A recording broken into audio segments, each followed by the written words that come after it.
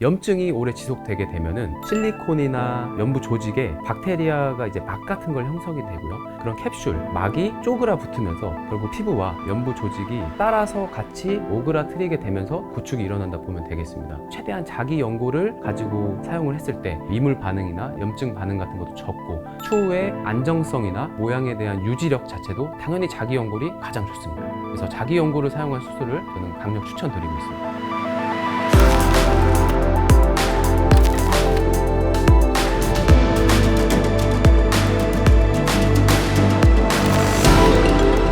안녕하세요. 네임드 성형외과 성형외과 전문의 이병조 원장입니다.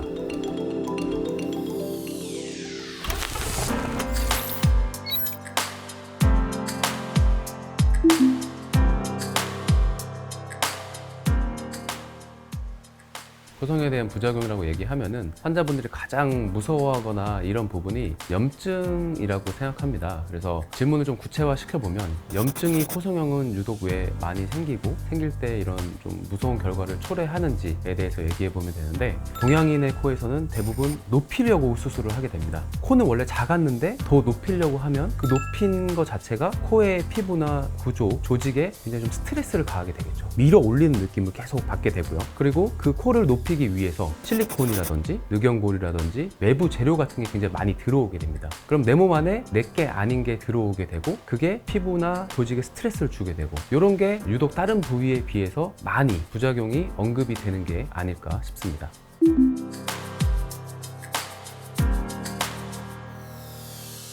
염증이 생기지 않기 위해서는 굉장히 수술을 잘해야 되는 게 그건 가장 기본이고요. 뭐 잘한다는 개념은 너무 모호한데 위생이나 소독 개념은 굉장히 철저해야 되고 수술 시간이 짧을수록 좋습니다. 그리고 실제로 코 성형이 이루어지는 부분은 콧구멍이 아니라 코의 안쪽이죠. 코 뼈 부분이니까 위생적이지 않은 공간이다 이런 생각은 전혀 뭐 다른 개념이고요. 굉장히 무균적인 환경에서 수술이 손상 없이 깔끔하고 빠르게 진행되는 게 염증이 생기지 않는 가장 중요한 방법인 것 같고요. 그리고 결국은 우리 몸, 신체, 그리고 코가 특별히 견딜 수 있는 어쨌든 한계 지점이라는 게 존재하거든요. 그 한계는 결국 우리 몸에서 어떤 부분도 벗어날 수가 없기 때문에 코를 높일 때 그 한계를 명확히 예측하고 그 부분까지 나아가는 게 어떻게 보면은 과도한 어쨌든 욕심은 결국은 코에 스트레스를 주고 그거는 결국 무너지는 결과를 초래하거든요. 그래서 의사로서 그런 한계 지점을 분명히 파악하고 그거를 도달하기 위해서 최대한 올바르고 깔끔하게 수술을 진행하는 게 필수적이라 하겠습니다.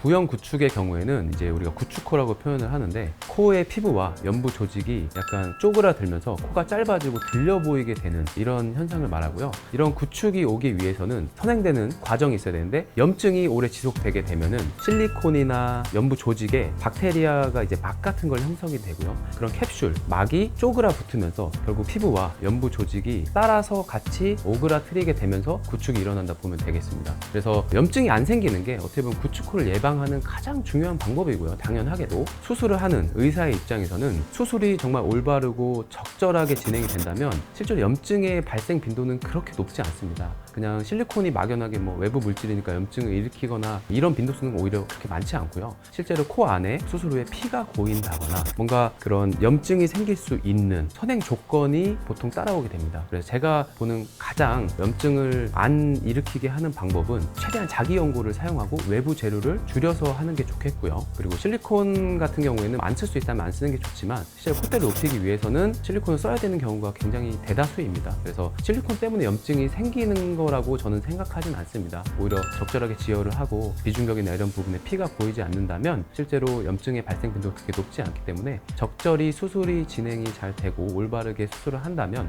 염증이 생길 가능성은 굉장히 낮고요. 그리고 아까 말한 무균적인 환경이나 소독 시설 같은 걸 충분히 갖추고 수술한다면, 그리고 그런 염증이 생기지 않는다면 실제로 구형 구축은 일어나지 않습니다. 그래서 많은 사람들이 무서워하는 구형 구축의 경우는 결국은 선행되는 염증이 있어야 하고요. 염증이 적절히 조치되지 않고 계속 오랜 기간 지속이 된다면 구형 구축으로 이어지기 때문에 적절한 수술과 관리를 통해서 염증이 생기지 않게 하는 게 구축이 생기지 않는 길이라고 볼 수 있겠습니다.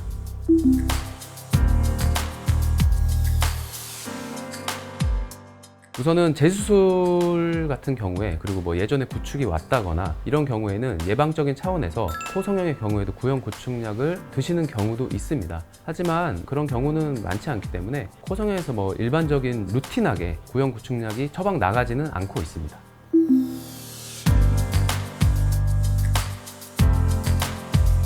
코성형에는 자기 연골 이외에도 많은 재료들이 보통 활용이 되게 됩니다. 가장 기본적으로 콧대에는 실리콘, 고어텍스, 그리고 코끝을 수술할 때 코에 있는 비중격이나 내 귀연골을 제외하고는 늑연골도 자가느, 귀증느, 그리고 그거 이외에도 뭐 메쉬나 매드포어 같은 이런 외부 재료들이 많이 사용이 되고 있는데요. 실제로 당연하게도 1차적으로 자기 연골을 사용할 수 있다면 가장 좋습니다. 그래서 첫 수술 같은 경우에 저 같은 경우에는 이제 코에 있는 비중격이나 귀연골을 활용하게 되고요. 필요하면 이제 콧대에 실리콘 정도는 쓰고 있습니다. 이게 어떻게 보면 가장 기본적이고 필수적인 사용 재료라고 보시면 되고요. 추가적으로 뭐 내 연골이 작다든지 아니면 재술이어서 연골이 부족하다든지 이런 경우에는 자가늑 같은 재료가 추가적으로 동반이 되고 있고요. 메쉬나 고어텍스, 매드포어 같은 외부 재료는 최대한 사용하지 않으려고 노력을 하고 있습니다. 그래서 당연하게도 외부 재료를 쓴다고 해서 꼭 문제가 생기는 건 아니지만 당연히 외부 재료를 피할 수 있으면 피하는 게 가장 좋고요. 최대한 자기 연골을 가지고 사용을 했을 때 이물 반응이나 염증 반응 같은 것도 적고